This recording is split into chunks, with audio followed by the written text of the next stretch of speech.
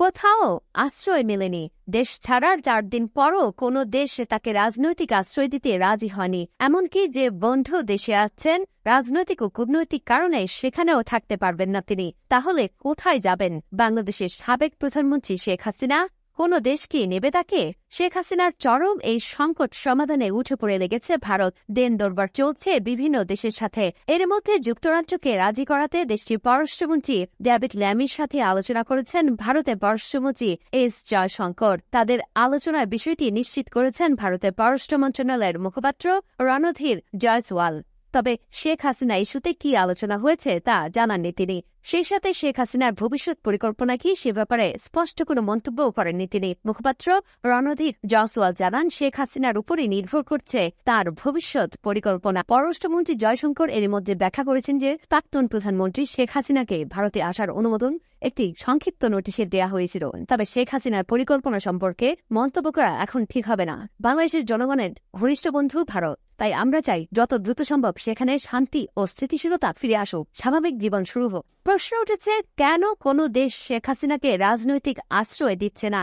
যুক্তরাষ্ট্র এরই মধ্যে শেখ হাসিনার ভিসা বাতিল করেছে। ফিনল্যান্ডের কাছ থেকেও ইতিবাচক কোনো সাড়া মেলেনি। আর যুক্তরাজ্যে রয়েছেন শেখ হাসিনার বোন শেখ রেহেনা ও তার মেয়ে টিউলিপ সিদ্দিক, যিনি ব্রিটেনের ক্ষমতাসীন লেবার পার্টির পার্লামেন্টারি সেক্রেটারি পদে আছেন। তারপরও এখনও যুক্তরাজ্যে যাওয়ার অনুমতি মেলেনি শেখ হাসিনার। ব্রিটিশ সরকার বলছে শেখ হাসিনার যুক্তরাজ্যে রাজনৈতিক আশ্রয় পাওয়ার ক্ষেত্রে কৌশলগত বাধা আছে, আর সেটা যুক্তরাজ্যের অভিবাসন আইন ঘিরে। যুক্তরাজ্যের অভিবাসন আইন অনুযায়ী আশ্রয় বা সাময়িক আশ্রয়ের জন্য কাউকে যুক্তরাজ্যে ভ্রমণের অনুমতি দেওয়ার কোনো বিধান নেই। এমনকি যুক্তরাজ্যের বাইরে থেকেও কেউ দেশটিতে রাজনৈতিক আশ্রয় চাইতে পারেন না। সেক্ষেত্রে ভিসা নিয়ে যুক্তরাজ্যে যাওয়ার পর সেখানে থাকতে হবে। এরপরই যে কেউ রাজনৈতিক আশ্রয়ের আবেদন করতে পারবেন। কিন্তু শেখ হাসিনার ক্ষেত্রে সমস্যাটা সেখানেই। তার যুক্তরাজ্যের বৈধ কোনো ভিসা নেই, এমনকি নেই কূটনৈতিক ও অফিসিয়াল কোনো পাসপোর্টও। ফলে রাজনৈতিক আশ্রয় চাইতে হলে শেখ হাসিনাকে পাসপোর্ট ভিসা করিয়ে